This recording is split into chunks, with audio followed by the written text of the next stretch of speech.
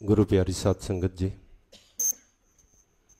ये जो महान गुरमत समागम परम पूज्य बाबा जी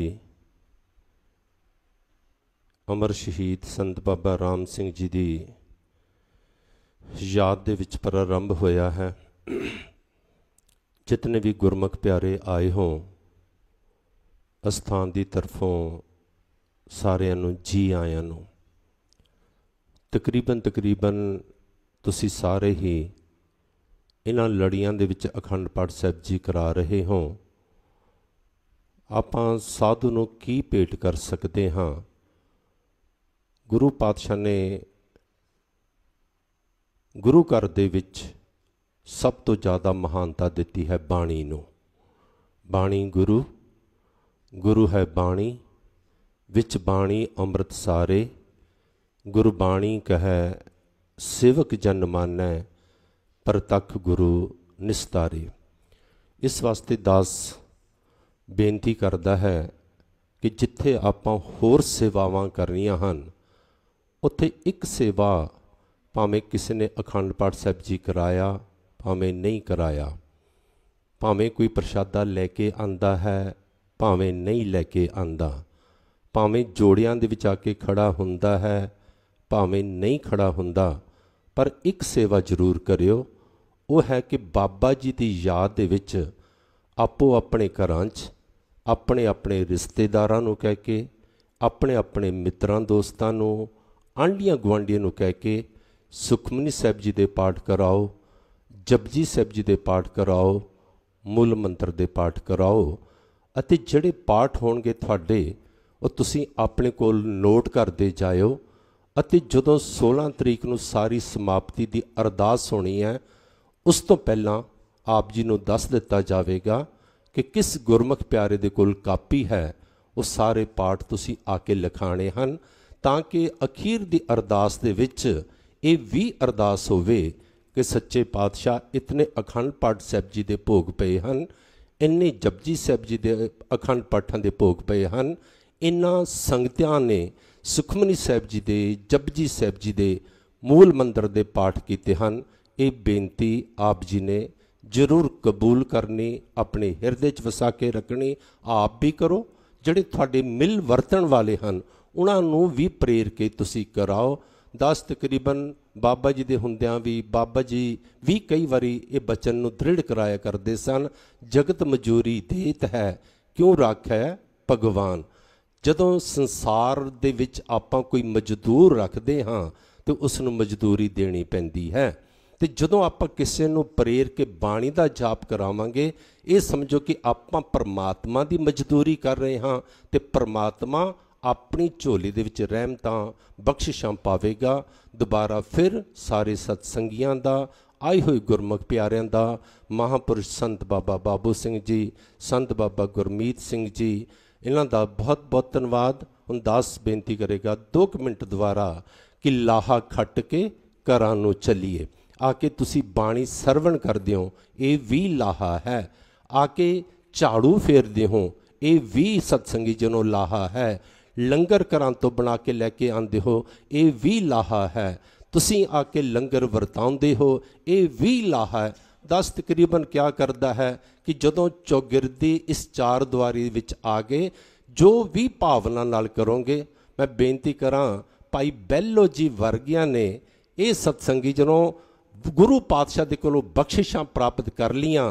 किसी प्रेमी ने बड़ा सोहना लिखा, कहंदे उत्तम पदवी पा गए सेवा करके नीच, जिहड़ियां कि आपां नूं संसारी तौर ते नीवियां सेवा लगदियां हन, छोटियां सेवा लगदियां हन।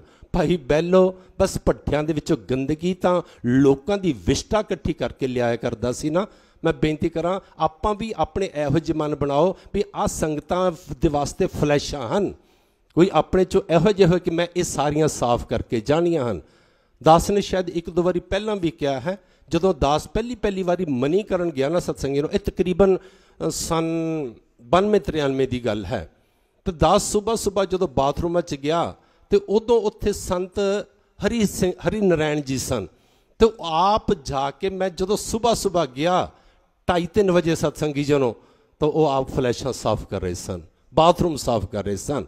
मेरा कहण तो भाव किसी प्रेमी ने तां ही कहा, कहते उत्तम पदवी पाद गए, कहते जे वड्डियां पदवियां चाहिए हैं, कहते सेवा करके नीच, कहते जिहड़ियां देखण नूं नीवियां लगदियां ना, छोटियां लगदियां, अपनी नज़र च घिनौणियां भी कह सकते हैं कि आपां नूं लगदे लै ये भी सेवा मैं करां, पर उन्हां दे उपर गुरु ज़्यादा प्रसन्न हुंदा है। भाई बहलो जदों गंदगी चक के लोकां दी, मैं आप जी नूं बेनती करां, ये कह देना भी बड़ा सौखा है, सुन लेना भी बड़ा सौखा है, पर करना बड़ा औखा है कि जिथे लोकी गंदगी करते होण, भाई बहलो जी टोकरी दे विच कपड़ा लगा के, खुरपा लैके, टोकरी भर के लैके आंदे सन। जदों पट्ठे दे विच इट्टां पाईयां जांदियां सन, जिथे बालण पांदे सन उहदे नाल विस्टा भी पा दिंदे सन।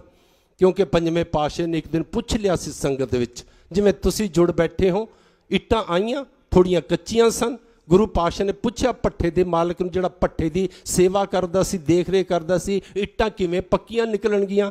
तो उसने कह दिता जी कि जेकर बालण दे नाल विस्टा पाई जाए ना, गंदगी पाई जाए, तो इट्टां बड़ियां पक्कियां लाल निकलणगियां।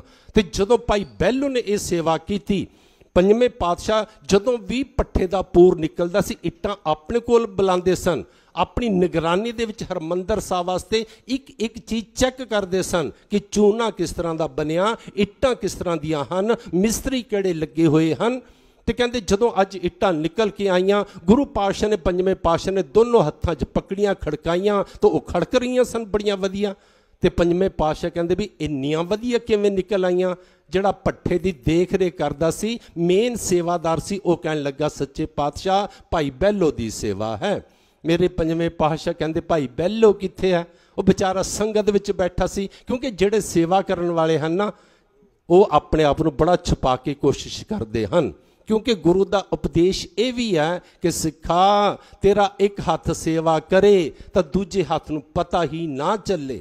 भाव कि ओदी कोई ज़्यादा एडवरटाइजमेंट ना चाहिए कि मैं इन्नी सेवा की है। भाई बहलो जी बेचारे नीवी पाई हुई, बुक्कल उपरों की मारी हुई, नीवी पाई हुई, गुरु के बचन सरवण करते सन। कहते जदों पंजवें पातशाह ने पूछा भाई बहलो कित्थे है, तो हुण उहदे मन च है कि गुरु की रसना के उपर मेरा नाम, कहते उठ के आया, अगे आके मत्था टेकिया, पंजवें पातशाह ने छाती नाल लगा लिया। तो इतिहास का बचन तुसीं सरवण करदे हो, पंजवें पातशाह छाती नाल लगा के कहते भाई बहलो सब तो पहलो कि तू सेवा विच सब तो अगे निकल गया है। सो हुण आपां संत गुरमीत सिंह जी दे कोलों लाहा खट के घरां नूं चलीए। ये धारना 2 मिनट वास्ते सरवण करांगे, उस तो बाद कड़ाह प्रशाद की देग वरतेगी। दोबारा फिर सारी संत मंडली की तरफों आप रब वर्गियां संगतां दा बहुत बहुत धन्यवाद, बहुत बहुत धन्यवाद। वाहिगुरू जी का खालसा, वाहिगुरू जी की फतेह। लाहा खट के घरां नूं चलीए, अगे जाके सुख पावांगे। लाहा खट के घरां नूं चलीए, अगे जाके सुख पावांगे।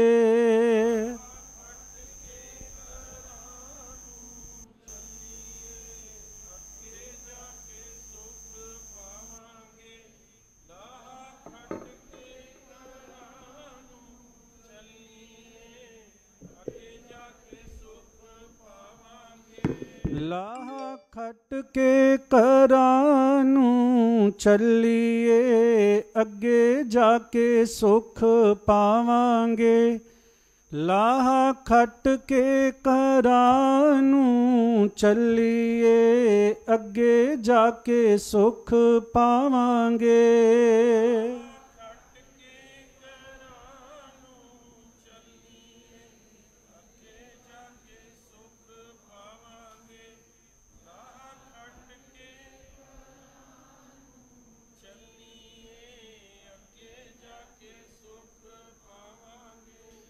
करो बिनंती सुनो मेरे मीता, करो बिनंती सुनो मेरे मीता।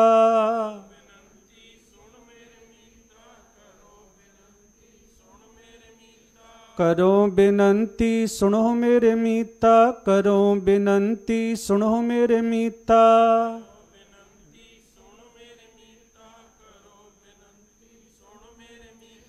संत टहल की बेला, अगे जाके सुख पावांगे। लाहा खट के घरां नूं चलिए, अगे जाके सुख पावांगे।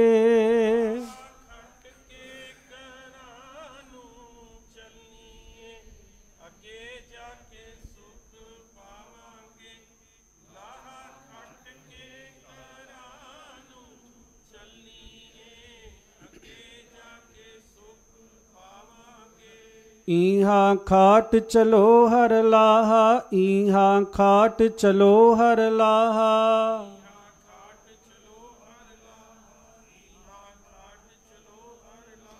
इहाँ खाट चलो हर लाहा, इहाँ खाट चलो हर लाहा।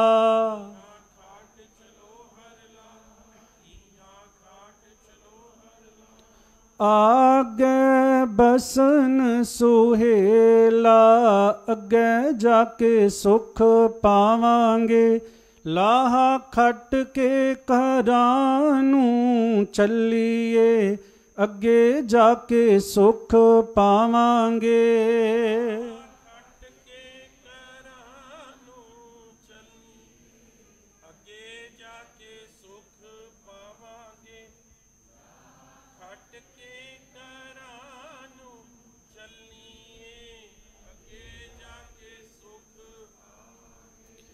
अगे जाके जी सुख पावांगे, अगे जाके जी सुख पावांगे।